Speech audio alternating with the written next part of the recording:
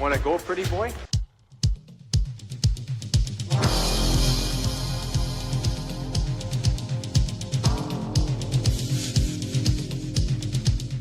Two minutes by yourself and you feel shame, and then you get free.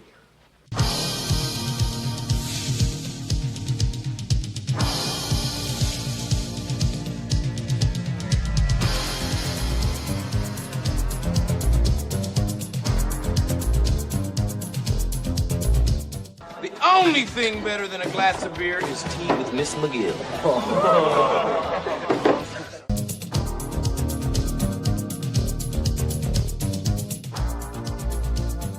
And welcome to the Fourth Line Voice Podcast. My name is Darren.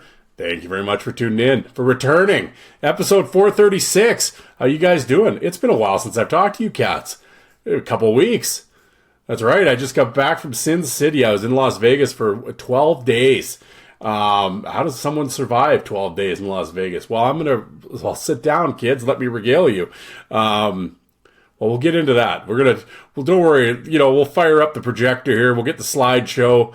We'll get the slides going. Oh, it'll be a family vacation. You sit down and enjoy it. When the people used to invite you over and you'd watch the vacation slides. Oh, that's good times. Yeah. So we'll do all that. So I got some stories for you. Oh, yes. Just this young man from Canada, from the prairies here in Saskatchewan, boarding a jet airliner early in the morning. Dollar signs and optimism in my eyes. Heading to the neon jungle of the Strip, hoping to make my fortune.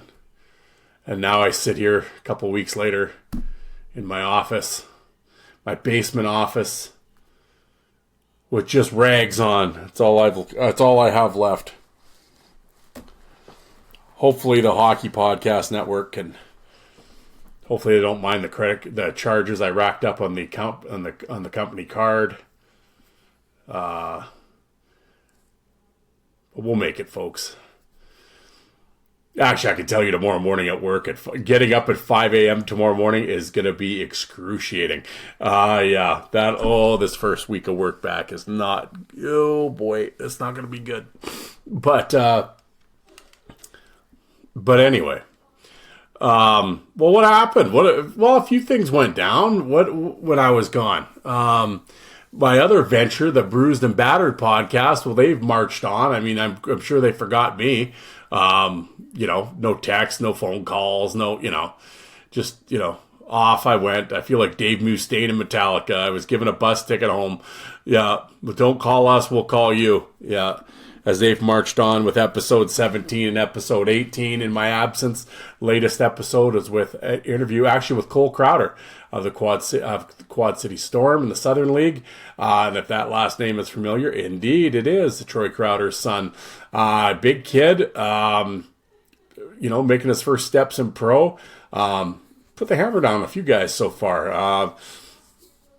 He sat down with Jay and talked to it for about a half an hour. I haven't got to the episodes, folks. I didn't listen to any podcast while I was in Las Vegas. Can you believe it? I didn't really do a lot of hockey content when I was in Las Vegas. And in episode 17, actually, that I had interviewed Derek Parker a few days before I left, and that was the interview that was in episode 17. Of course, minor league legend Derek Parker is over almost 500 career fights, and we didn't do his whole career or anything. We just kind of talked, because it's the Bruised and Battered show. It's more like, obviously, recent current hockey. And he had gone down and played a couple games in Laval this year. But basically, I just talked to Derek about, because he's been in the LNH, throughout different periods of time for the last 20 years. So basically, I just asked him how the league has changed since he first got there to now. And we talked about his 5 toughest opponents, which is a hell of a list. And and it was just a good interview, good guy. I plan on having him. I talked to him off air, and coming on this show, on the Fourth Line Voice show, and we'll do a whole career. You know how we do it around here, but we'll obviously talk about playing in Lethbridge with Eric Goddard and Jr. as a 16-year-old and 30 fights in the Western League. And then obviously go throughout his whole career. So just have to sit down with Derek and come up with a plan and a time for that. And but look forward to doing that. But yes, the Bruised and Battered show marched on in my absence. Hopefully, I'll catch up with those guys this week, and as we record episode 19 and get back in the groove. Because that was the thing when I was down there. I mean, we had the laptop and everything, but it was like that wasn't like, oh, I didn't talk to him at all. But I would text him now and again, but I didn't really watch a lot of hockey stuff. I mean, late at night in the hotel room.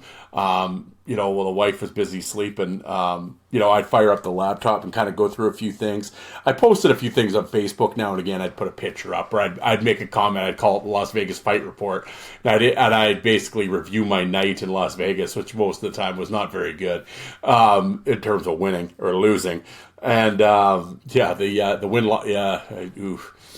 good night, Jim Kite. We'll put it that way. But I did that for a little bit, and then a couple of the nights, it just you get playing and drinking beers and stuff, and it's 2-3 in the morning. The last thing I'm thinking about coming back to the room and firing up the laptop and checking out East Coast League fights. So didn't really. So I've been kind of the last couple of days. Like we got home really late Saturday morning. Basically got home at 3 a.m. I basically just caught up on emails and shit and stuff like that, and tried to catch up on some sleep, but. I know this past weekend in the East Coast League, I think there was like 10 fights on Saturday, and like Amesbury and Spencer Kennedy and like Anthony Collins, like a lot of the guys went, and I saw some of those. There was some good tilts, but I definitely have to catch up on things. In terms of the NHL, who gives a shit about the NHL? I mean, I know some fucking lame ass outdoor game was played, and the Detroit Red Wings helmets looked ridiculous. I saw that, but apparently it drew 90,000 of the rubes to watch a bunch of nothing. So, whatever. They'll keep playing garbage and people will keep eating it. But that's the NHL. So I don't really give a shit about that. Obviously, the big thing that happened was, of course, the Four Nations and the U.S. and Canada game last Thursday, the final, which I was actually at Circa downtown on Fremont for. Not on purpose, but we were on Fremont, and I happened to be there when the game was on, and what an atmosphere, electric. But anyway, I'll get into all that. I will, and the controversy that surrounded it. I had a few people message me while I was down there and ask me, and I'm not going to get political on this show, but it'll have some. We'll talk about it. But, so, with this whole show here, what are we going to talk about? Obviously I'll do my Las Vegas slideshow. I'll do the report. I had some funny stuff happen in Vegas I'll tell you about. This is Napes, my boy Chris. This is his favorite part of the show. We got hockey cards here. Actually, these hockey cards have been sitting here for like 4 weeks. So we'll open those. And then we're gonna keep with the Vegas theme, and the lucky number 7. We're coming from the gambling here. We'll go lucky number 7. I'm gonna do my. This isn't a list of somebody sent me on the internet. This is a list that I came up with. The top 7 fighters in Las Vegas hockey history. So, and fuck the Knights. We're not going to talk about the gold, because, what are we going to do? Reeves, really. I like Reeves and everything, in England, I guess, but no, we're not including, fuck that. We're talking the minors. We're talking the Las Vegas Thunder, Las Vegas Wranglers.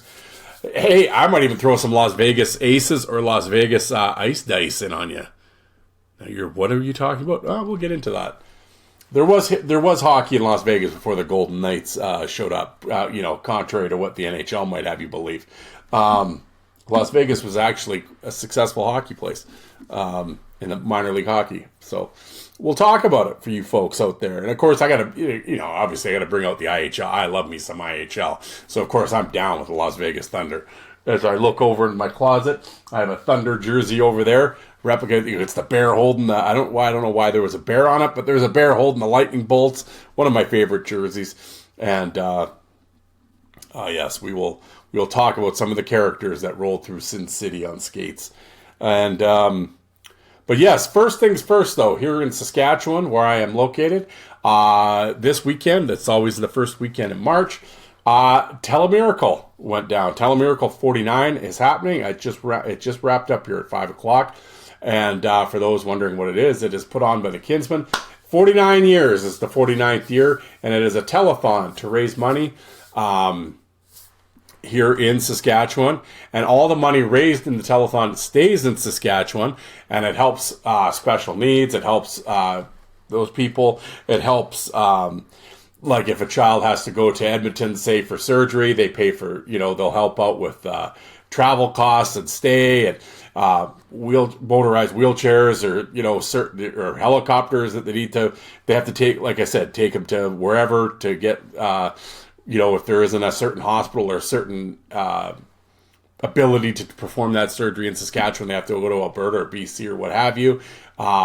Money is provided for those people, and it is a great charity, and it is something that I hope all my folks here that listen to, all my listeners in Saskatchewan, hopefully you contributed. And I think in some way, everyone in Saskatchewan has been touched by Telemiracle in some ways. And as I said, it's 49 years, and much like the Jerry Lewis telethon, obviously down in the States and everything. But here in Saskatchewan, of course, that's the one thing that I'd like to, upon my listeners here, I'm going to press upon you. In Saskatchewan, there's only 1 million people in Saskatchewan, in the province, 1 million and a bit.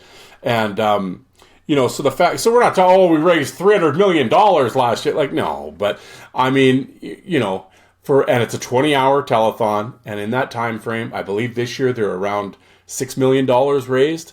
And they usually get between 3 to 5 million a year, give or take. I know the one year they raised 8, and that was because there was a couple people that in their wills when they passed away left like $1.5 million for Telemiracle. And and of course in this jaded world that we live in society, how much money is going to whatever, and but the money all does stay in Saskatchewan. I know of I'm not going to say many, but I know of people that have been helped out by the Kinsmen. I'm sure if you talk to anybody in Saskatchewan, they all either been personally touched or know someone that has been helped by the Kinsmen. I love the charity. I love the whole idea of it.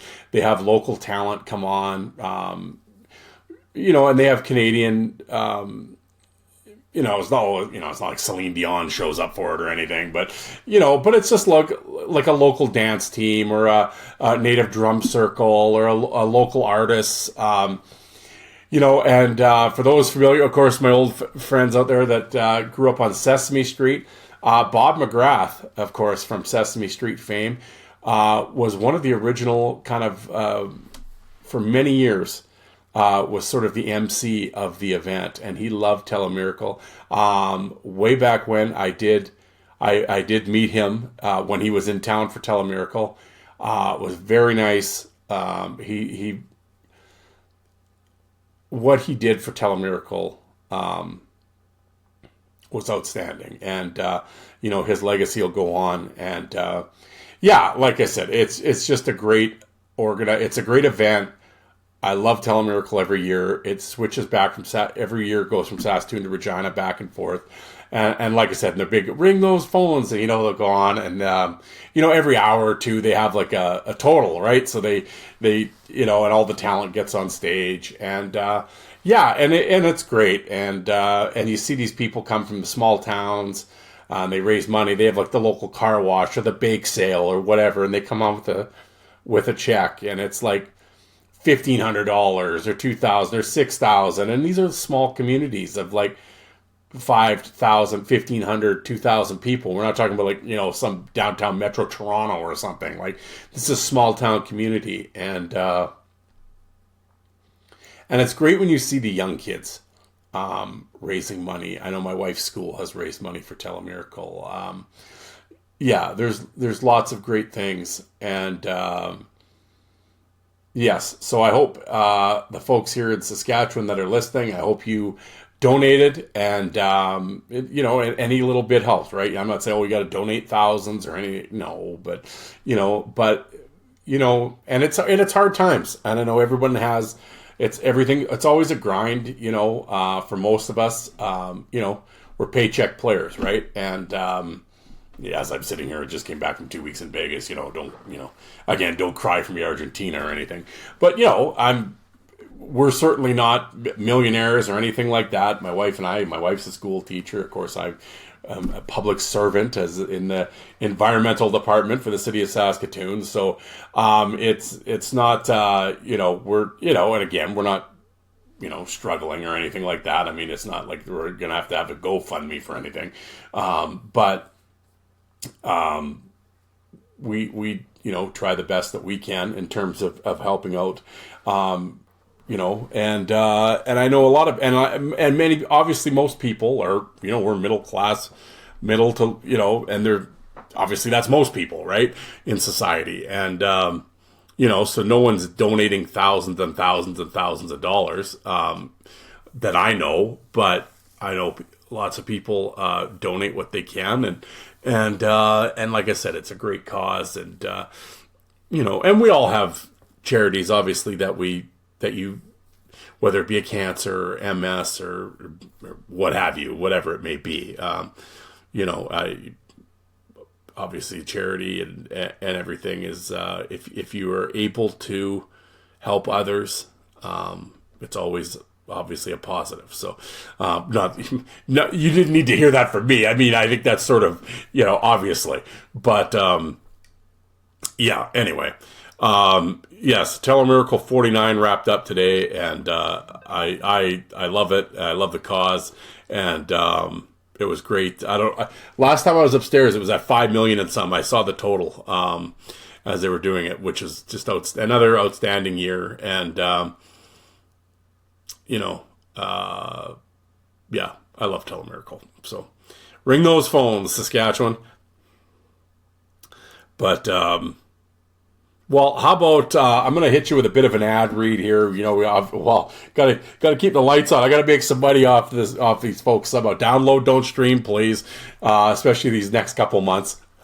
Do some draft. Hey, March Madness right around the corner. Now, if we're going to do some betting. Now, I know all you guys out there right now, you're all saying the same. I don't like basketball, but I will fill out a bracket. I think everybody does a March Madness bracket. Even my wife does a March Madness bracket. We love it around here. We have an office pool. We do it. We have about 50 people in this, been doing it for years. And my wife even fills out a bracket. Everybody throws in like $20 or whatever. But, she doesn't. She'll look at the rankings and kind of read up on a few things one Wednesday night, and then just whatever, fills out her bracket. Of course, here I am betting on it all the time, whatever, following it, keeping track of it. Oh yeah, she. I'm not gonna say she always beats me. I'm not gonna, but she has done a fair bit better than I have, more than on a few occasions in the tournament. So we got some bragging rights in the household here too, but. Betting wise, I love me some March Madness. So, just saying, DraftKings, hook it up, man. But we'll get into that, and then I will come back to you with the slideshow. And now here's a word from our sponsor. It might not feel like it, but spring's right around the corner. You know how you can tell? Golfers are hitting the links, and we have some tournaments to talk about. And if you want to do more than just talk, put your money where your mouth is. Get in on all the tee to green action with DraftKings Sportsbook. From Thursday's opening rounds through to the closing round on Sunday, DraftKings Sportsbook has you covered with tournament props, live betting, odds boosts, and so much more. If you've never bet on golf before, it's easier than you think. Just pick someone simple like a golfer to win the tournament. Make the pick. That's it. It's just that easy. Some of the lines, the Arnold Invitational is coming up here. Of course, obviously the favorite, Scott Scheffler, plus 330. Of course, you have the Masters in April. Here's a long shot for you. Justin Thomas, 30-1. Something to think about. So download the DraftKings Sportsbook app and use the promo code THPN. That's code THPN for a new customer to get $150 in bonus bets when you bet just $5 only on DraftKings. The crown is yours. Gambling problem? Call 1-800-GAMBLER. In New York, call 877-8-HOPE-NY or text HOPE-NY. In Connecticut, help is available for problem gambling. Call 888-789-7777 or visit ccpg.org. Please play responsibly. On behalf of the Boot Hills Casino and Resort in Kansas, 21 plus age and eligibility varies by jurisdiction. Void in Ontario. New customers only. Bonus bets expire 168 hours after issuance. For additional terms and responsible gaming resources, see dkng.co/audio.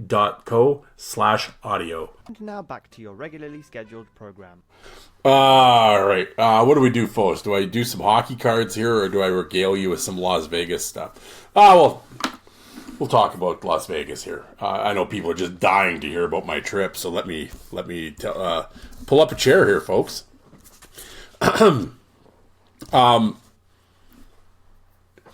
Well, first things, for those that don't know, every year on school break we go to Las Vegas in February. This year was, I love me Las Vegas. Anybody that has listened to this show for any length of time, I've gone over a dozen times to Las Vegas, and I love it. I love it. I love to gamble and everything else. Now, again, I'm going to reiterate this. Well, I'll say this at the start. When I say I love gambling, again, I do tell the story of way back when. Actually, my first full-time job, regular full-time 40-hour-a-week job. I worked at the casino here in Saskatoon, the old Emerald Casino for those Saskatoon folks. Remember that on the old Prairie Land? What a show! What a scene! But what a place, man. And it was right when the VLT machines came in, for those wondering, basically slot machines. We had just got them. It was 1994 here in Saskatchewan. And they were, they kind of took over, and immensely popular. They're still around today, obviously. And they're basically slot machines, but instead of just like one game on it, it's got like multiple, like 6 games. So, and they just took Saskatchewan by storm. And anyway. I worked on and off at the casino full-time for a while, then part-time. Then I went and got other jobs, but I always come back to the casino part-time. And I worked as a runner there on the floor in the VLT section. Then I worked in the bank, where you cash tickets and chips, etc. Then back out the floor if they were short, and whatever. So I was around it, and you work at nights, and you see the characters that come out at night, even in Saskatoon. I saw a criminal element. I saw addicted gamblers. I saw lots of things, including sad things. And I saw people that shouldn't be in there betting, losing, addicted gamblers. And I've actually legit had family, not my family, but family members of these people literally crying to me to ban their mom or ban their dad or their brother or their sister, which we were not allowed to do. They have to do it themselves. And I saw some really sad things. So, which I've always said, helped me, because I do have an addictive personality. I think everyone has their crutches and their vices.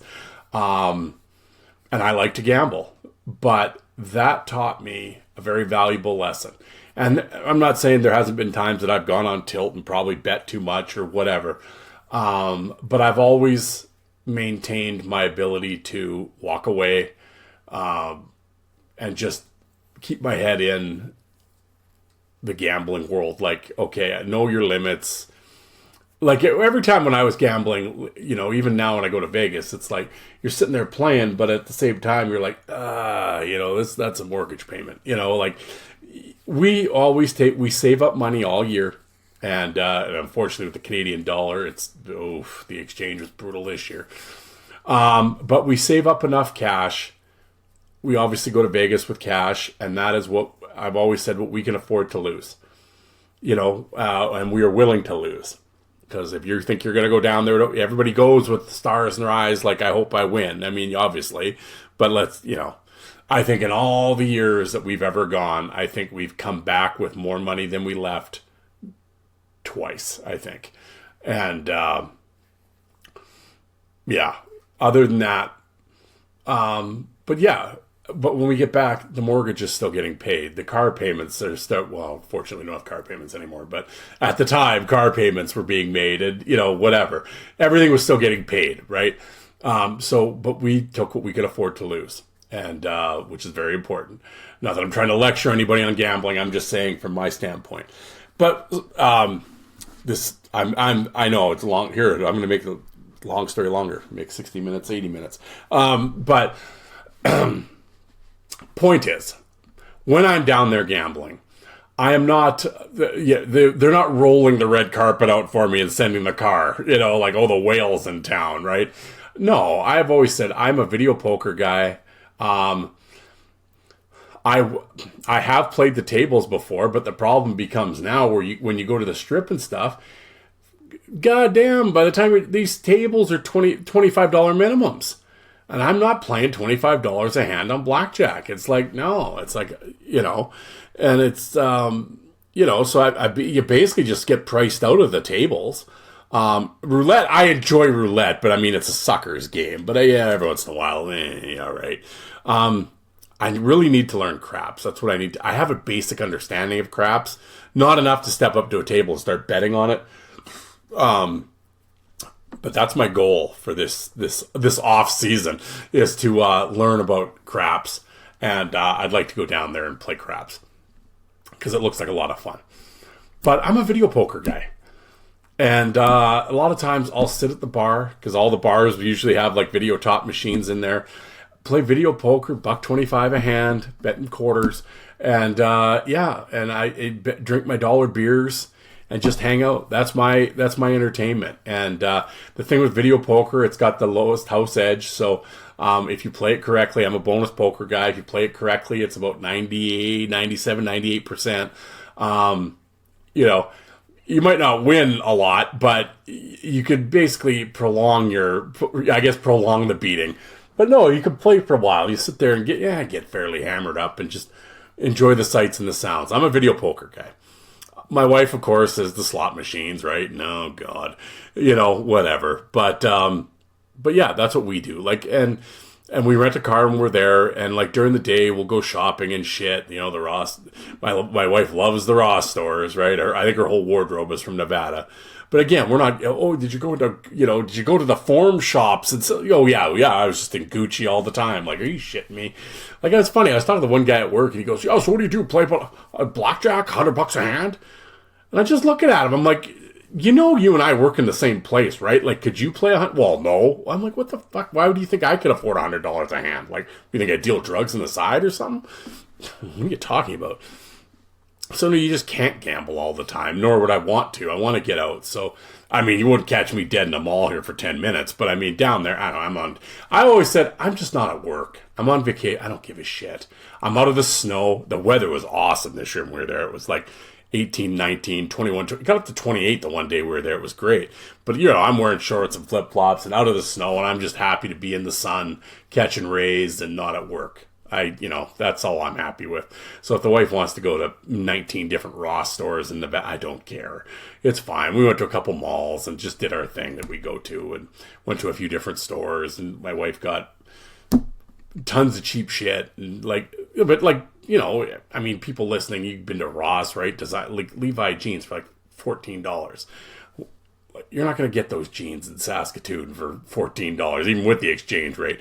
She was at Skechers. She got Skechers flip-flops for like the arch support ones for like $18. She got shoes for like $26.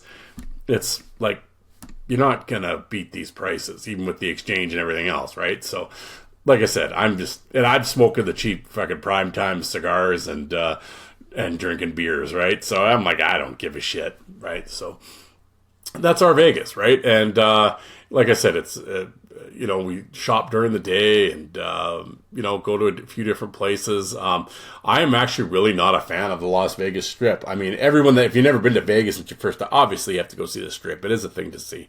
I've been there so many times now, it doesn't really do it for me. We stay off Strip at the Orleans. It's a locals casino, Boyd property. We really enjoy it there. We spent 10 years there now. The host there was great. My wife went in and talked to him. That's the other. Well, I'll get into that. But yeah, so I was only on the Strip once. We went one night. We were there all day. Shit walked up and down the strip. By the end, well, we walked up the strip. By the time we were done, we took the monorail back. I wasn't walking anymore. My wife has the Fitbit deal, right? 27,000 steps, I think we walked, whatever. So my fat ass was hurting the next day, I can tell you that. But went and saw a show, saw Matt Apple. It's a Cirque show at New York, New York. It was really good. I recommend it. Yeah, it was just a good time. Hit Fremont Street the one day. Fremont Street, I have a kind of a love-hate relationship with. Of course, this was the Thursday, the day of the final game with Canada and the United States, which didn't really think about it at the time because I really wasn't paying much attention. But I saw it online. Certainly a lot of talk. You Americans were doing a lot of talking. But I really wish I had phoned in and made some bets with Jay and Alec is what I should have done. But we happened to be on Fremont Street during the day, on obviously Thursday. Went and saw the new renovated El Cortez. Saw Vegas Matt. Didn't get a chance to talk to him. He was busy talking. The people in the gambling space will know who I'm talking about. But yeah, bounced up and down Fremont. Ended up at Circa when the game was on. Like I said, what a vibe. It felt like being at the arena. And it was funny, I was actually sitting on the can when the United States scored, and it was just a roar. But yeah, what an atmosphere to be a part of. And anybody, I think I put a picture up from Circa on my Facebook page if you want to see it, what the sports book looks like with the massive TVs, and it was jam-packed in there. And the USA. What I would have done to have a Canadian flag there. But yes, the USA chants. Although when Canada did score, there was a few of us Canadians there that were pumped. But great atmosphere. And if you're a sports bettor, Circa's awesome. But yeah, so we bounced around Fremont Street. But yeah, like I said, we kind of go all over in Las Vegas. Put a lot of miles in the car. Yeah, we had a good time. Okay, now, a few of the incidents that happened when we were there. Speaking of the car, of course, we had a Trailblazer initially. And even driving it seemed just kind of odd. It would like hesitate. I didn't like it. And a lot of times I'm doing the drinking. So a lot of times the wife's doing the driving because I'm drinking and stuff. But we both kind of agreed that it was like just herky-jerky. Like it was it was okay. It was fine. But it was like, again, we're renting it. So it's like, who gives a shit? You're renting it. But I certainly wouldn't want to own one. The one day we came out from one of the stores and turned on, like the dash said something about a computer, blah, blah, blah. But it drove fine, but it said something about for about like 10 seconds, it was on the screen, a computer, blah, blah, blah. And it's like, what the fuck is this? And then it went away. So I was like, whatever. Anyway, the one day we got up late and fucked around in the hotel room. We come out to the parking garage and this fucking thing is deader than Elvis. It's not. Batteries, everything's dead. What the fuck? Oh, here we go. So, of course, you phone the 800 number with budget. Oh, and that whole runaround. But then eventually you get the roadside guy, and he's sitting there talking, and he tells the wife, oh, okay, well, we'll get the tow truck on the way, and I'm on the phone with them right now. They'll be there in about an hour and a half. Oh, fuck. Okay, fine. But initially, it was like, hey, why isn't budget just coming to our hotel, giving us a new vehicle, and they deal with this bullshit? Why do we have to deal with it? Well, you didn't take the $8 a day road. What? Like, because we didn't take $8 a day roadside. Apparently, if you paid $8 a day, whatever their roadside coverage is, apparently they'll come and drop the car off and you don't have anything to worry about. While I'm driving a 2025 Trailblazer, I didn't think I'd have anything to worry about. But here we are. So, I guess the joke's on me. So, no, we didn't take that $8 thing. But nonetheless, they're like, no, we'll send a tow truck. And then from there, we'll send you an Uber coupon. And because, of course, we rented it from the airport. And you can go back to the airport, which is about a 10-minute drive from the hotel. But we'll give you an Uber coupon and you can go there and there's a vehicle waiting for you. Oh, right on. Oh, fuck. Okay, fine. So we're sitting there waiting. Well, gets on to be about an hour and a half, 2 hours, and Lisa calls them back. It's like, okay, well, here's the number to the tow truck people. So Lisa's like, oh, you're next on the queue, and right now, though, we're sending a driver. Should be about 20 minutes, ma'am. All right, so we're far. At least I will say, at least it happened at our hotel and not like on the side of the road. But so we're like kind of just hanging out in the one corner of the hotel, like kind of playing some machines and sitting there waiting, like. Again, so my wife phones him again and, oh, shift change. Yeah, it'll be about an hour. Yeah, so needless to say, 4 hours later, no tow truck. And now I'm trying to remain positive here, but I'm like ready to lose my shit. At this point, my wife has already phoned Budget back, the 800 number, and be like, yeah, your fucking tow truck isn't coming. Oh, we have another guy. He's coming. Basically, my wife talked to these tow truck people like 3 times, and by the third time, you could just tell they're like, you know what, fuck you. And she wasn't rude to him or yelling at him. She's basically like, yeah, okay, what's going on? Like, when are you coming here? Like, it's been like hours, and you told us like 25 minutes. Eventually, I think they just, fuck these people and just didn't bother. Because now a new tow truck guy, and he phoned my wife, and he was just like, yeah, I'm on a flat deck tow truck. I understand you guys are like, in a parkade, can I get in? Oh, yeah, no, you'll be able to get in there. And he's like, okay, here, I'm coming. Anyway, and he showed up right away. And he goes, yeah, I just got the call like 20 minutes ago. I hope you weren't waiting long. We tell him, okay, whatever. But he's, he's blue collar, kind of a gruffer kind of guy. And he's got this big old dog with him in the back. And he basically says, I got to take this to the airport anyway to drop it off. Do you guys need a ride there? And we're kind of, well, yeah. He goes, just get in. And we're like, all right. And he goes, don't mind the dog, whatever. My wife heads up. I'm like, I told the wife, I said, I'll get in the back. She goes, no, I'll get in the back with the dog. You get in the front. Okay, fine. So I get in the front. This guy, good dude, turned out to be a good guy. A California guy that had moved there about 20 years ago, was a bartender on the Strip. He was telling us a few stories in the drive. The old dog was happy to see the wife back there anyway. And but he was cool. He dropped us off, went right up to the front of the thing, dropped us off. Okay, so we go in. We're talking to the guy. Of course, the guy's like, well, what's the mileage? We're like, we don't fucking know. You can't turn the car on. It needs to get boosted. Oh, well, whatever. And what about the gas? Well, we didn't fill it, obviously. We didn't think the car would be dead. It's just a bunch of bullshit. They ended up, okay, here's your car. Off we go. We get into it. It's some, what was it, Tucson? I don't know. It was a Hyundai, whatever. It was fine. But anyway, that was a frustrating day. And like, that was a waste of 4.5, 5 hours of my life I'll never get back waiting for a tow truck in Las Vegas. But I just laugh at Budget because it was just like, so I shit on Budget on Twitter, right? And of course, right away they get back to me like, oh, well, please tell us. And I'm like, my wife already talked to your 800 number and your customer complaint number and whatever and talked to them and never heard back from them. So I'm not talking to you on Twitter either. I'm just shouting it out there. They can go fuck yourselves with your $8 roadside charge.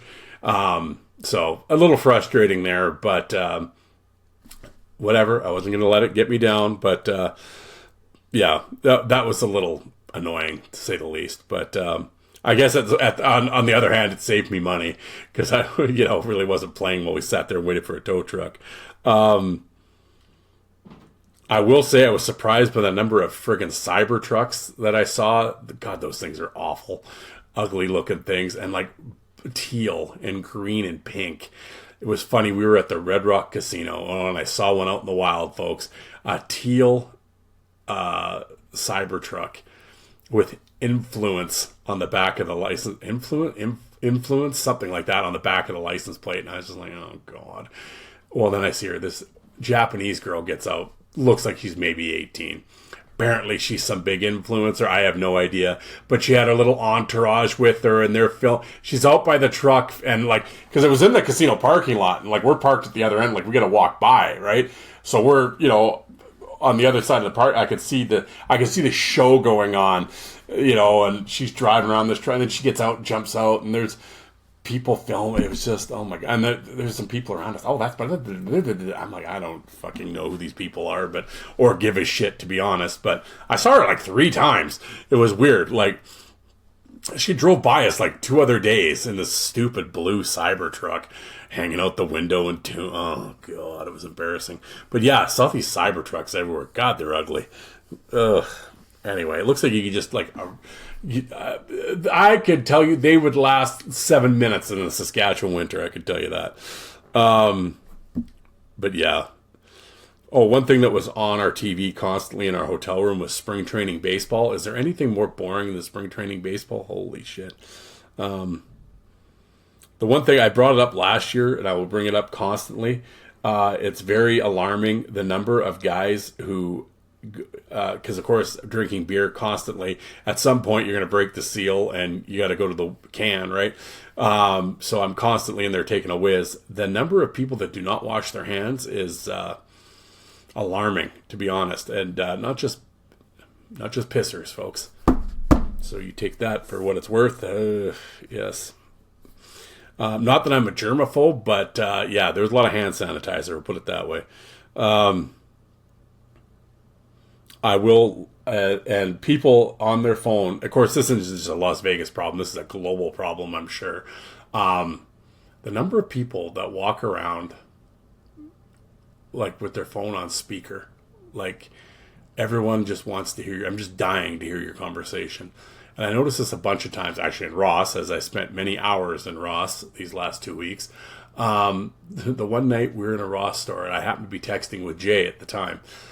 And there was a lady, and I could hear her clear as day because it was like 5 of us in this store at 9 o'clock at night. And she's wandering around talking to her friend on the phone for all to hear. And I'm like, oh, God. And I'm just telling Jay, like, we're basically lamenting on how annoying these people are and everything else. And I had gas, we'll put it that way. So I tell Jay, yeah, I go an aisle over from this lady and the green fog, man. I dropped ass in that aisle and I booted it out of there. And I go flying on the other side of the store, and now I wait. And all I could hear this lady go, girl, I think someone just died in here. Holy fuck. I laughed for 10 minutes. My wife's in the change room, whatever. She comes out. I have tears in my eyes. I'm laughing so hard. Yeah, all the things we do to amuse ourselves. But yeah. Oh, so, and I'm telling Jay, and we're having a laugh over it. And yeah, anyway. So this is episode 436. There probably won't be a 437. Yeah, well, and the other thing at Las Vegas, I will say, every ad is for injury lawyers, and every second billboard is injury lawyers. Go Lightly, Jim, the Hammer Shapiro. Oh, they're all there. Oh, yeah, I heard. I got a hold of old Scott Giroux here by I always say my lawyer that I have on retainer for the Fourth Line Voice, and my other boy Chris Butts, Chris Kick Butts. Hey, for all your law needs in Regina, go to the Butts and Associates. That's my boy speaking. He was a janitor at the casino with me, and he now owns his own law firm, folks. So, good dude, man, and he will let me tell you, get shit done. But old Giroux there, I say, former SJHLer, I always say, Scott, no tie down needed. Giroux is my lawyer, and so I got 2 of them. So you got something to say to the Fourth Line Voice. Good luck to you, because I got legal representation that'll bury you. But I told him, you need to come down here and do some local commercials, or at least I want to see some in Saskatoon here. Oh, everything sue. But, well, I had people ask me, and of course I got to talk about it. Canada and the United States. Hockey supremacy.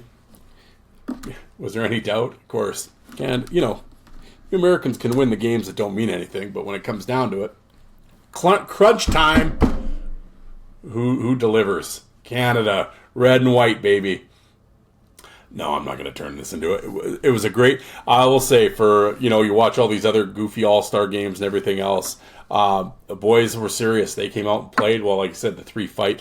See, this is the thing, and I've always harped on this, and I would have brought it up more on social media at the time, but of course, obviously I was busy in Vegas. But what are the things when people talk about the 4 nations and they talk about how serious the games were and how serious the players and everything took it? What do they always show first? What do they mention first?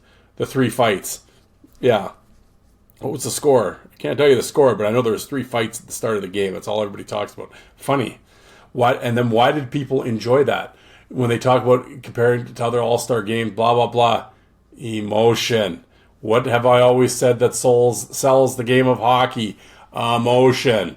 And that's what I put on. The one thing I did put on social media is I said, because of course all the newfound hockey love that was happening on social media and everybody was talking about it and non-hockey fans were getting into it and this is great, Canada versus the US. These guys are serious and they're fighting and holy shit, watch this game and they're serious, they're hitting and boy, oh boy. And I said, well, nothing will kill hockey's newfound popularity than a regular season NHL game. And sure as fuck, here we are. Well, back down. Somebody dropped an anchor. You talk about a fucking shit in a punch bowl. Yeah. So as I, of course, through my travels in Las Vegas, I sit in sports books and of course, they got hockey on TV along with all the basketball and everything else. Hockey is fucking awful. Anybody that can watch this NHL lame ass shit and think this is exciting, well, first of all, either you're a new fan, you don't know any different, so okay, whatever. But any longtime hockey fan that's going to sit and tell me that this garbage is good. Now, again, the players are great. They're outstanding athletes. Obviously, they're better, blah, blah, blah. That's, yes. But in terms of actual gameplay, this stuff is pond hockey, happy horse shit. There is nothing happening. No, fuck that. No emotion, nothing. It's lame as shit. And, yeah. And whatever. I've said it 1,000 times. But I'm like, what sells the game? It's not pretty goals and Michigans and Sellies, bro. It's emotion. Emotion sells. That's what people want. And it doesn't have to be 3 fights to start every game, although that would be nice. But it's just the passion. You can actually see hatred. Guys hitting, mixing it up, fighting, battling. The ugly goals in front of the net. It's a battle, a grind. That's what people want. I don't know how many more times I can say it. Emotion sells.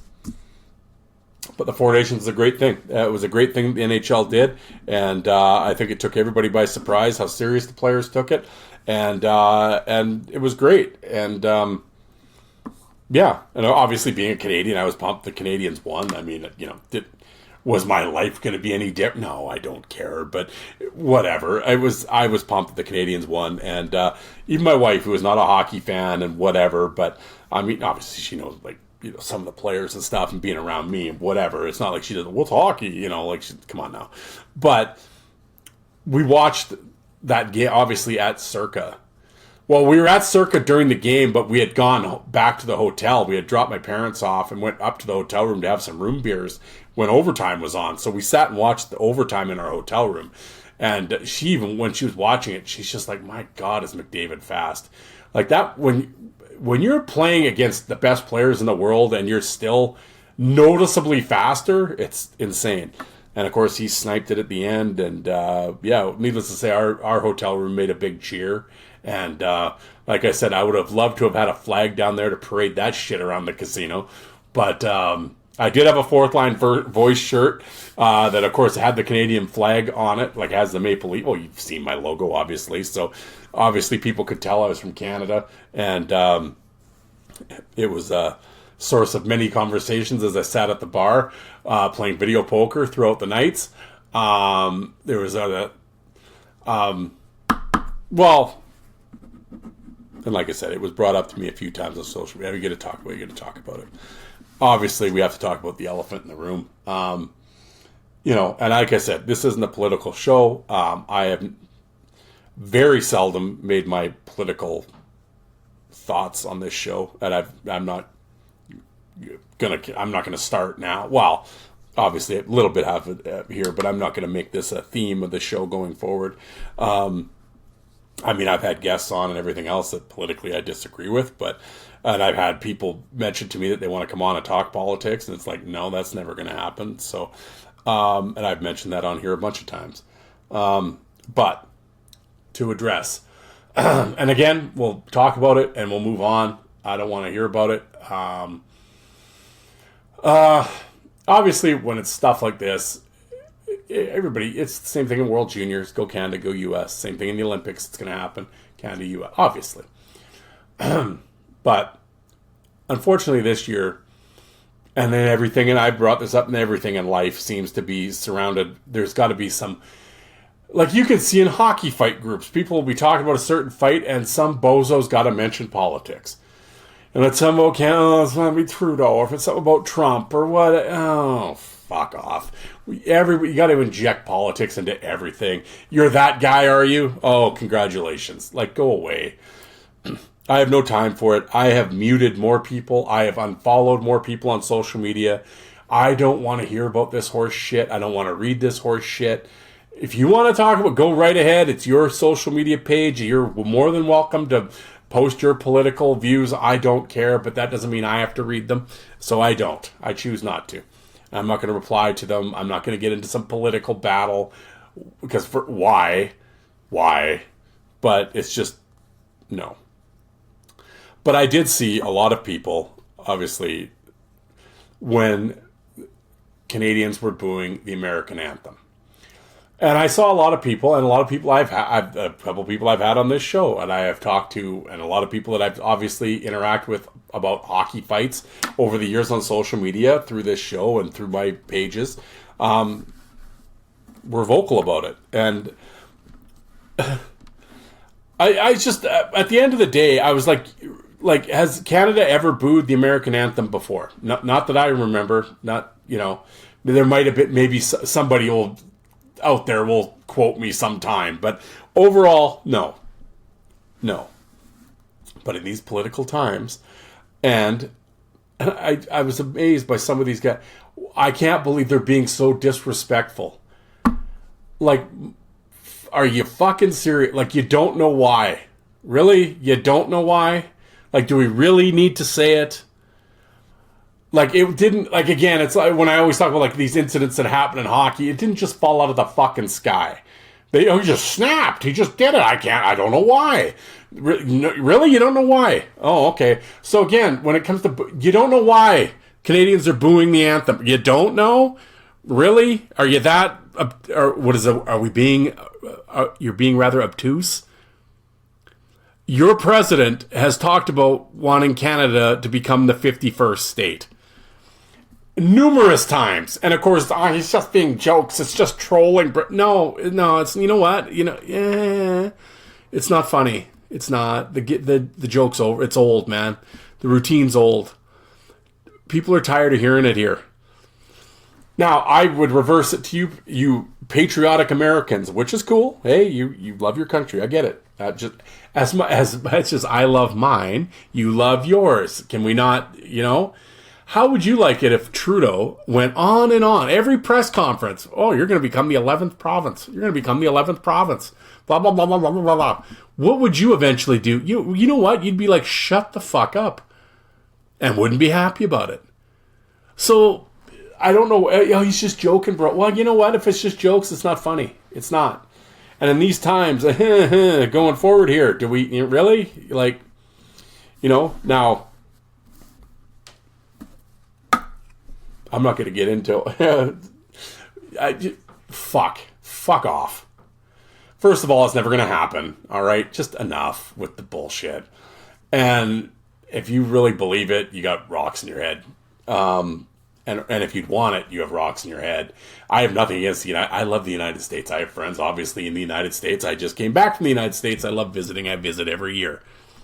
Do I want to become the 51st state? No, I do not. No, and it's not going to happen. And I don't want to become the 51st. Everybody in Alberta and Saskatchewan want to. I saw that one from a few people. No, we don't. In fact, everyone I've talked to, no one wants to. So stop. Enough. You have greater things going on in your country than worrying about Canada becoming the 51st state. Much like us yelling about you guys becoming the 11th province. Does that not sound moronic? Of course it does. So, now, of course, everything in life gets amped up to 11. And so that is why the booing was happening. It has nothing to do with you personally. Like, as a Canadian now, I hate everybody in the United States. No, stop being morons. No. But when a political leader is basically talking about, and we've been allies, and we fought wars together. Our soldiers have died together. For someone to all of a sudden basically, well, we'll just take you over. What did you think the fucking response is going to be? Seriously? Like, do we really? Like, I need to... Like, I'm not sitting here yelling like, oh, Derek's just a Trump hater and all that. That has nothing to do with it. If Biden had said... I don't give a fuck who said it. I'd be saying the same thing. If Bernie Sanders said it, I'd be saying, fuck you, Bernie. Like, no. Again, much like any American listener right now listening, if our prime minister was going on and on about you guys becoming the 11th province, you'd be losing your shit, would you not? After a while, guess what? It's not funny anymore. It gets really annoying to listen to. And I had a few buffoons at the bar mention it, and they got quickly shut down, and it didn't go any further. It's not going to happen. It's ridiculous. Stop. So for anybody who wants, it's just the Canadians have always been disrespectful to us. What? We're allies. We've done nothing but help you as you have helped us. It's called an alliance. Allies. Really? Now all of a sudden don't believe bullshit. All right? All right. Stop. There. That is my political...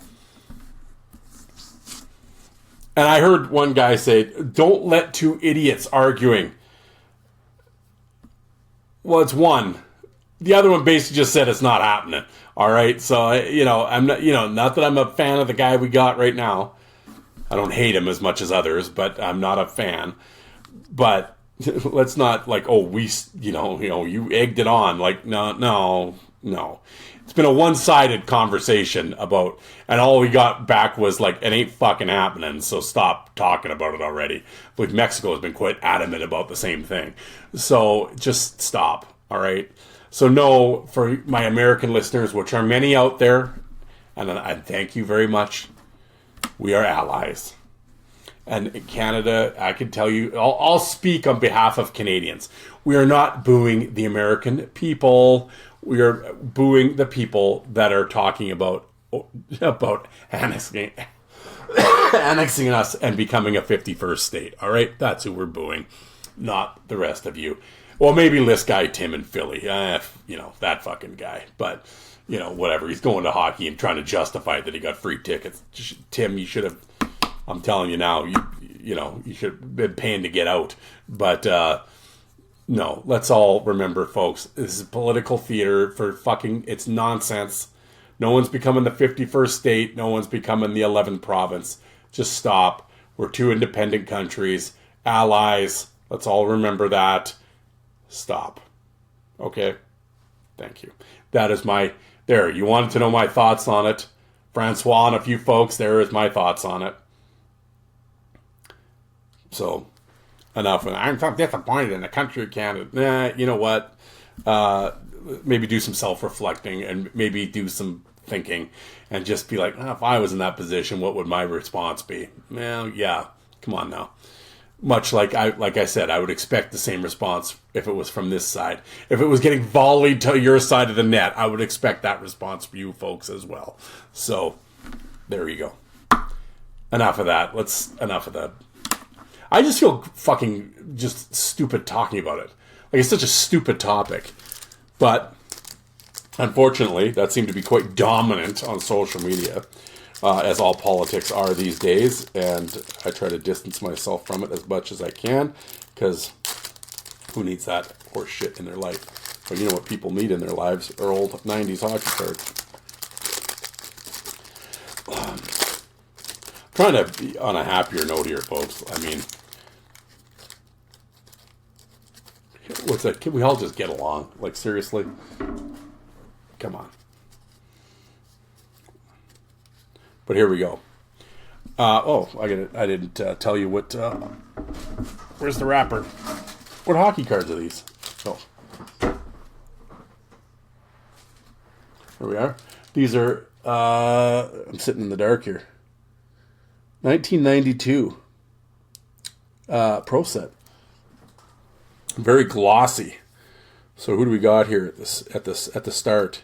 Sergei Nemchinov. That's the one thing when they're glossy like this, they stick. Joe Murphy. It's a sad story about Joe Murphy. Ron Francis. Perhaps the most underrated Hall of Famer of all time. Go look up those numbers. Ridiculous. Mike Bullard of the Toronto Maple Leafs, not the talk show host. Who's this Montreal? Eric Desjardins. Oh, Winnipeg Jet. Teppo Numminen. Look at I have William on the edge of his seat. Oh, prospect. Who's the prospect? Adam Foote. Well, I would say that he turned into a pretty decent career. Solid stay-at-home guy. Greg Paslowski. Oh, the classic. Celebrity captain. Fred Rogers. Well, I'm not going to... if anybody ever says anything bad about Mr. Rogers, you can go fuck yourself is what you can do. Kevin Todd and the New Jersey Devils. Oh, I believe this is old... the Wales Conference All-Stars. And then finally, Derek King of the New York Islanders. Well, goddamn, I was going to say, the highlight of that, this friggin' package was Mr. Rogers, you know.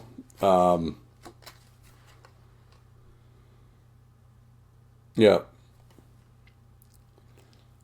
Yeah, that, there's a great, on YouTube, speaking of Mr. Rogers, when he goes for funding, and he sits in front, is it the Senate that he's sitting in front of, and he's asking for funding, that speech is on YouTube. You should, what an amazing man.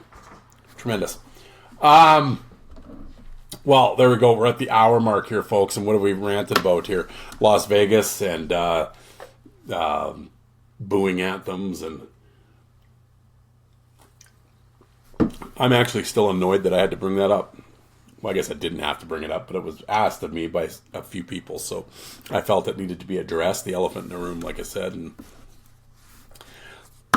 yeah, I'm not happy about talking about that. Actually, I'm very irritated still. I was just irritated at the whole situation, but just why? Like, fuck. Eesh. Okay.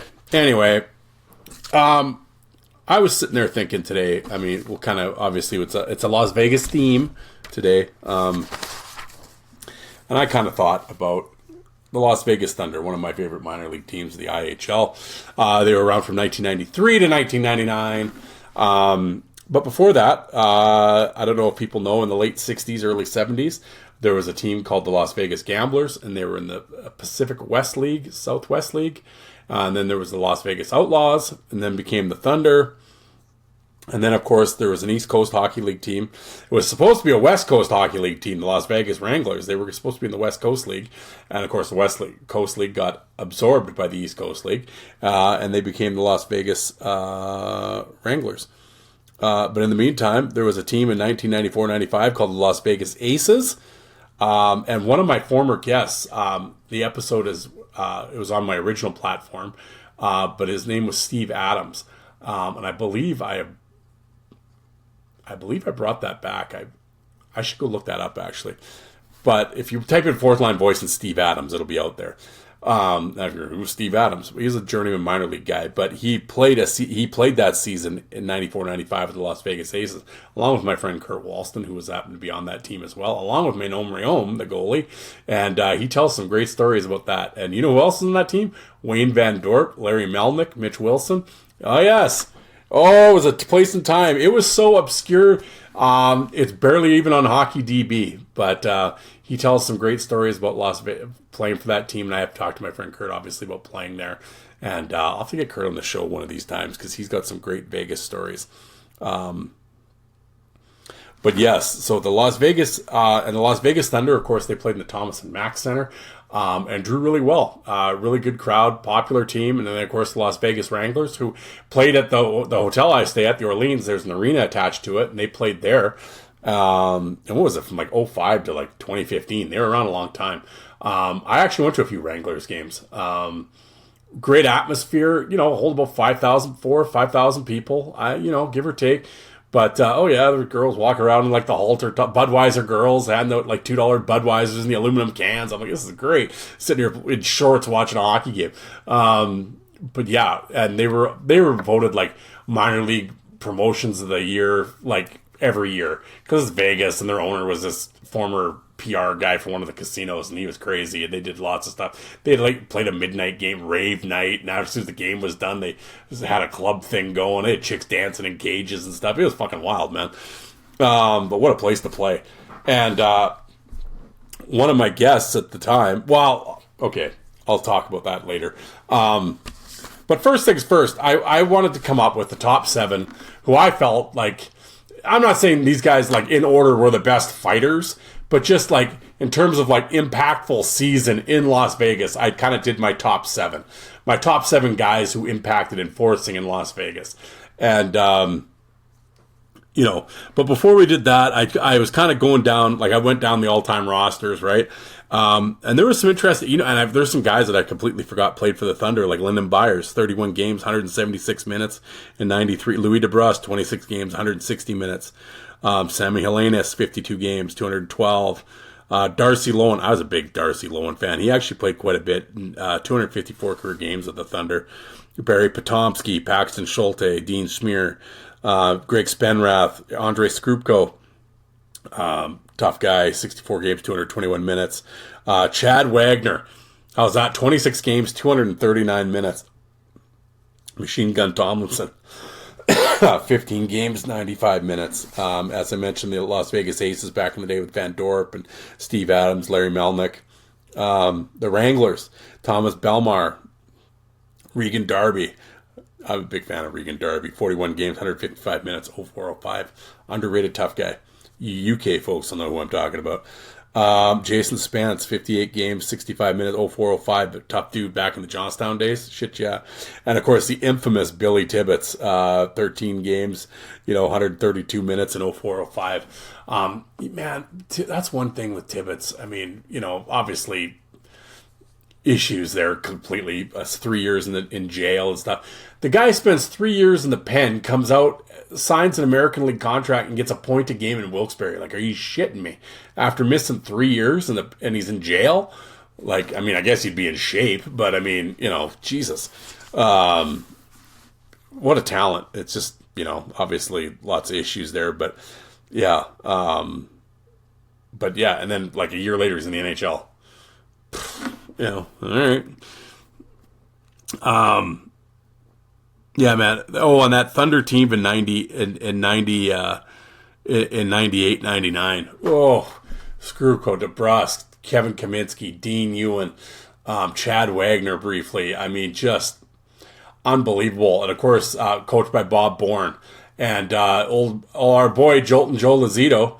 I remember back in the day, he managed to get the game tapes, and he put together the 98-99 Las Vegas, and it's a tremendous tape, and I still have it to this day. A bunch of those fights are on my YouTube channel, and he put in, of course, Joe, Mr. Thorough. I think it was 2 tapes, I think, and he had the interviews on there with certain guys between periods, and yeah, but man, what a tough team. Oof. But yeah, so Las Vegas has had a really good history of hockey, minor league hockey, and, of course, now with the popularity of the Knights and them winning the Cup and blah, blah, blah. Everywhere you go in Las Vegas, there's Knights shit everywhere. Yeah, it's unbelievable. And I laughed because I remember when they first got awarded the team, I remember people won't fly in Las Vegas. And I'm like thinking, are you fucked? Like, yeah, it will. Now, I didn't think obviously they'd be good right out of the gate, which helped them. Of course, they make the Stanley Cup final their first year, which is insane. But yeah, I was like, oh no, they'll be popular. Of course, them being successful right out of the gate obviously helped as well. But yeah, man, and those games are constant sellouts, and and that's the one thing. Even like teams travel well. I mean, there's been a couple times we've gotten on the plane to go to Vegas, and there's dudes, all of them wearing like Flames jerseys or Leaf jerseys because the Leafs are in town playing, so they're gonna go down. Or like the one year where Calgary was there, and there was like a ton of people from Alberta going to the game because, hey, we'll go to Vegas and check out a hockey game while we're at it, right? And yeah, it's right on the Strip and right behind New York, the T-Mobile Arena, and they put on a show, man. They put on the parade before the game, and it's a scene. And yeah, like, I mean, I was not surprised at all by the popularity of hockey in Las Vegas. So, but yeah. But anyway, I've been yapping here for an hour. And, I'm kind of actually running out of gas. But I'm gonna do. This is Darren. This is no one talking but me.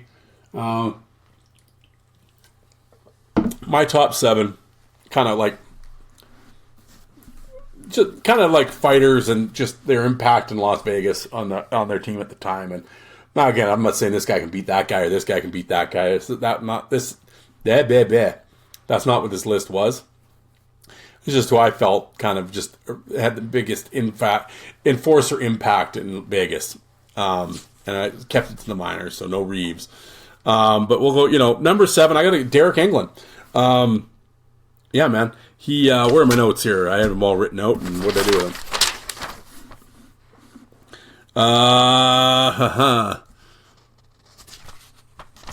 Oh, look at that. I wrote down Derek Englund, and then I didn't, hold on here. Where are my notes? Okay, that's why I don't, yes. So, obviously, I could not get Derek Englund's fight card. For some reason, hockey fights, those East Coast League years, aren't on there. But he played 2 seasons in the East Coast League with Las Vegas, or 2 seasons with Las Vegas, 03-04. Played 35 games. The following year, 04-05, during the lockout, played 72 games, 138 minutes. Then it was sort of American League and on to the NHL. As far as his fight card goes, again, I can't give it to you, but I do have some of those fights from his East Coast League season on my YouTube channel. He fights Kevin McDonald, Mike Hansen, Paul Spadafora, Kenny Tasker. So yeah, if you want to check out those fights with Derek Englund, they're on my YouTube channel. Actually, I have that 04-05 Wranglers season on DVD. Yeah, so that had Englund, Spence, Huxley, Billy Tibbetts briefly, Regan Darby. They had a fairly, kind of a tougher team that year. But Derek Englund, started his pro career off there, and of course went on to have a great NHL season or NHL career. But yeah, I kind of got to go with Derek Englund at number 7. Number 6. Yeah, you kind of have to. I got to go with Kerry Toporowski, old Topper. And yeah,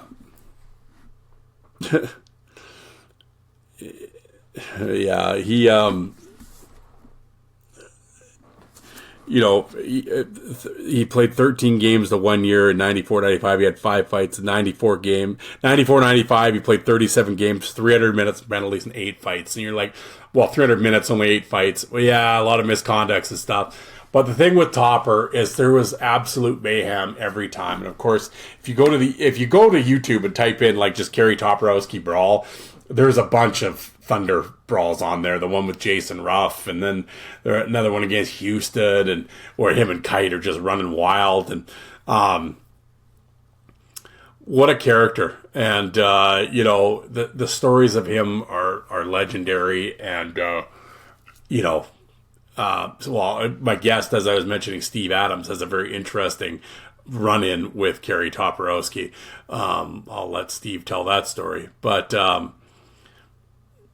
Yeah, just hair trigger, and just the shit that he would do in brawls and stuff and get brawls going was unbelievable. Like, I mean, you do that shit now, you'd get life in jail. But yeah, Kerry Toporowski, I have at number 6. At number 5, you know what? I got to go with Sasha Lakovic, the old pit bull. 95-96, he played 49 games, 416 minutes of penalties. He had 28 fights that year. Rick Hayward a couple times. Mike McWilliam. He gets into a stick fight with McWilliam. That's on my YouTube channel. John Craighead, Mark LaBelle. Yeah, again, the Pitbull, man. He famously got on all fours and waited in front of a penalty box door for a guy to get out barking at him. What a character. Rest in peace. unfortunately had the brain cancer, I believe, passed away at a very young age. But yeah, what a character. He would have been great to get on the show and tell him stories. And he played everywhere, and everybody who played with him or knew him has a Sasha story. And but yeah, I got to go, man. 49 games, 400 minutes. Yeah, I got to go. I got to give it up for Sasha Lakovic at the 5 spot. Number 4, I got to give it to my boy, the Golden Rhett Tremblay. Had a couple great fights with Mel Engelstad, Mark Major. Like I said, 109 career games, 491 minutes. Big heavyweight, and kind of had and that was the problem back then with the minors too, is there was just not a lot of footage, right? There's some out there, but so I can't really tell you the impact that he had fight wise. Like I said, there's a couple of seasons here where Joe had the year from 98, 99. There's a couple of fights out there with Sasha from the 95 season. There's another, was it 90? Is it 93, 94? There is another Las Vegas year out there. But yeah, there, lots of characters. Jim Kite was another guy that I briefly mentioned, that, he had a lot of fights in Vegas. But yeah, Rhett Tremblay, again, I saw him here in Saskatoon, and he did some damage as a heavyweight here, and he was great in Las Vegas. Had some really good tilts, and again, I couldn't unfortunately drop your gloves. His card wasn't there. I know, again, some of these fights are on my YouTube channel. The fight with Mel from Vegas is on there. The fight with Mark Major is really good, and I know Rhett himself has said he was not a fan of Mark Major. But yeah, so I got to give it to old. I got to give it to Rhett in the number 4 spot. Number 3, I know I had for Joe, I had to do it. Dean Ewan, and 66 games, 251 minutes in that 98-99 season, 14 fights, and he was pretty much undefeated that year and looked dominant. Dean looked really strong that year. Again, fought Mel, Jason Schmier, Rhett Tremblay, Dodie Wood. He looked really good. That was actually my first kind of real exposure to Dean Ewan, is when I traded that tape with Joe. I had seen him, I had him on assorted tapes, but that was kind of the first, because it was a year thing, right? So you got to see every fight, and it was such a good compilation. And yeah, he had such a strong year that year. That was unfortunately kind of towards the end of his career, right? So that made me go back and obviously check out his KC stuff and, his American League and what have you. And I became a huge Dean Ewan fan, and it was because of that Las Vegas Thunder year. And he was dominant that year. Number 2, I got to go with Jason Simon. He had 64 games, 402 minutes. He had 31 fights that year, and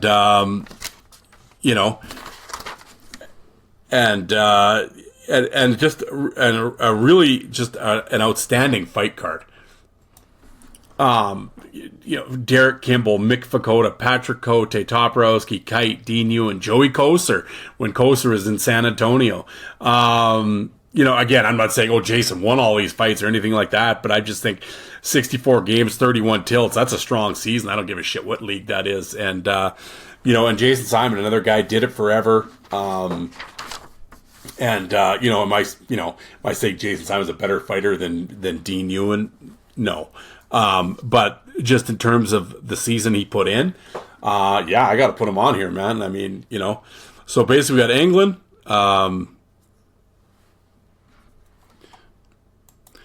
Sorry, folks, I'm sitting in the dark. My papers I knocked my papers on the ground. They're all over the place. So we got England, Toporowski, Sasha, Rhett Tremblay, Dean Ewan, Jason Simon. Number 1.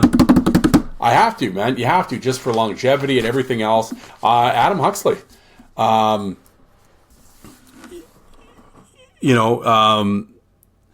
He played off and on 5 seasons in Las Vegas. Yeah, and actually, if you want to go back, way back in the archives, episode 51, I interviewed Adam, and we go through his whole career, and he tells some great Las Vegas stories. And of course, he talks about playing with Billy Tibbetts and some of those stories, but he also talks about hanging out with the Diaz brothers and training MMA and being around the UFC at the time, and around that whole thing. And like I said, he fought a million guys. So I mean, I think you have to. And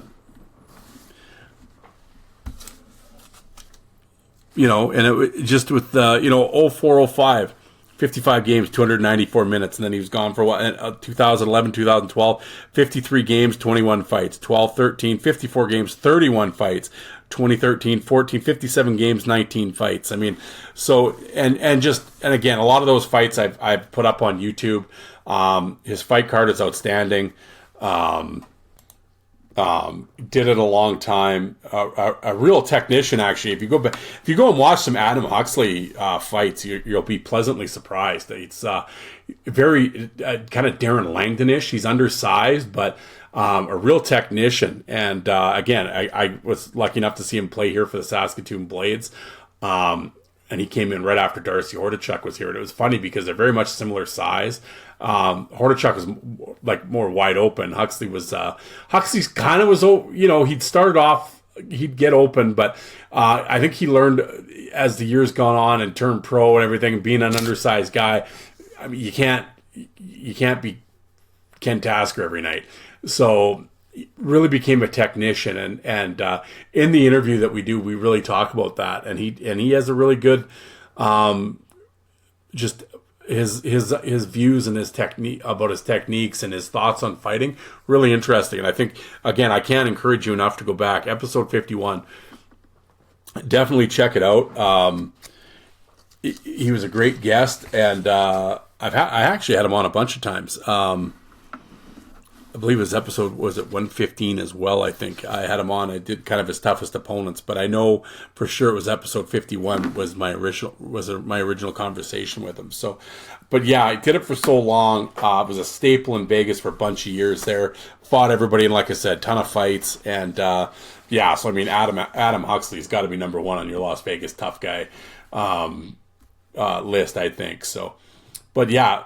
It was fun to look at the names. Like I said, going through the Thunder, I'd forgotten about Byers and those guys playing there. And but yeah, what a time. I love the IHL, and of course then went on to the East Coast League. And I miss the Wranglers. Actually, it was funny when I every year when we go down to Vegas and we're at the Orleans and we drive by the arena and stuff. Obviously, to go into the casino or to stay at the hotel.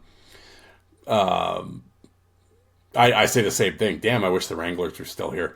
Fuck the Knights. But, no, I'm happy that Las Vegas, the hockey fans there, got their NHL team. If you're a hockey fan, I mean, obviously, most people want. I mean, I'd prefer an East Coast League team, but I'm a little different that way. But obviously, it's cool to see the success that hockey has had in Las Vegas, and with the growing junior teams and stuff that are there, and just in the area, right? So. Yeah, it's been cool. And like I said, and you have players like I know England still lives there, and a bunch of players still stay there and are in the area, and that's why hockey's going to grow and at a grassroots level. So, yeah, there we go, folks. That was the Fourth Line Voice Las Vegas episode, all things Vegas, I guess, for this one. But it's good to be back talking to you guys. Like I said, it's been a couple weeks away from the microphone. Can't say that I missed it. It was nice to have a break. But it's also nice to be back in the chair here and talking to you guys. I'm looking at the clock here as it's 7 o'clock at night, and I'm just thinking about going back to work tomorrow. Oh boy, that's, what it's like right after vacation to go back the first little bit. I'm scared what I'm going to walk into. I wasn't getting a lot of feedback from the guys that were filling in for me, so we'll see how it went. But yeah, what are you gonna do, right? Yeah, it's garbage. It's garbage. It ain't going anywhere. So it'll be there for me regardless. But yeah, I love the vacation. It's always nice to get away. I wish I had won some money. I had a few. First couple of days there, like I said, I was kind of hitting. I was sticking and moving. I'd win a little bit here and there, but Yeah, eventually the lady luck ran out, and basically, I've a couple times I said I got my I should have been wearing a tie down because I got my jersey pulled over my head and I got fed lunch and supper. But yeah, and the wife, she took a beating. Boy, she didn't win much, so which is unfortunate because it's always it. I mean, as much as you understand gambling, the winning and the losing, and the ebbs and flows. You'd like to win a few here and there. You don't want to just continually take a beating, and that's kind of the way it was this year, especially in the second half of the trip. It was rough going. So, but of all that, the positives were we got some great shopping deals, got some great weather, and I wasn't at work. It was nice to get away. So, and always fortunate enough and feeling fortunate that we can afford to do so. So, definitely, it was fun. So. But it's fun to be back here and getting back in the groove, and it's fun talking to you guys. I know in a couple of days here, I got to sit down with Jay and Alec and record a Bruised and Battered episode. Oh, that'll be interesting, getting back in the groove. So I have talked to a few folks about coming on the show. Hopefully I have a few interviews lined up. Again, I'm not throwing out names and stuff, but talked to a few guys, and I've talked to Yuka out in Finland. He wants to do a little special project about a player that's kind of near and dear to our heart, that definitely minor league legend, that if there was a Mount Rushmore, he'd be on it. And we kind of want to do a spotlight episode on him, and Yuka and his research and is second to none. So he's going to bring some hidden gems and some fun facts for you. So but I'm looking forward to doing that with him. And I'm just fun to be back here. So anyway, folks, please download Don't Stream. If you happen to be on social media, please give me a follow on Facebook, Instagram, Twitter, YouTube channel, 2500 Fights on there. Please subscribe to the channel, Fourth Line Voice. I spent last night, I uploaded about 10 or 12 fights last night. And some oldies but goodies. And I hope you check it out. And thank you for checking this episode out. And well, like I said, we'll leave the politics behind. We won't talk about that again. And let's be better folks. Let's remember who the allies are, and let's not have the politicians talk and think for us, please. So let's have some common sense come out of all this. But that's all we ask for, I think, as citizens. But crazy times. But anyway, folks, thanks very much for tuning in. It's good to be back. And I'll talk to you cats in a couple of days on the Bruised and Battered show. Thanks, everybody.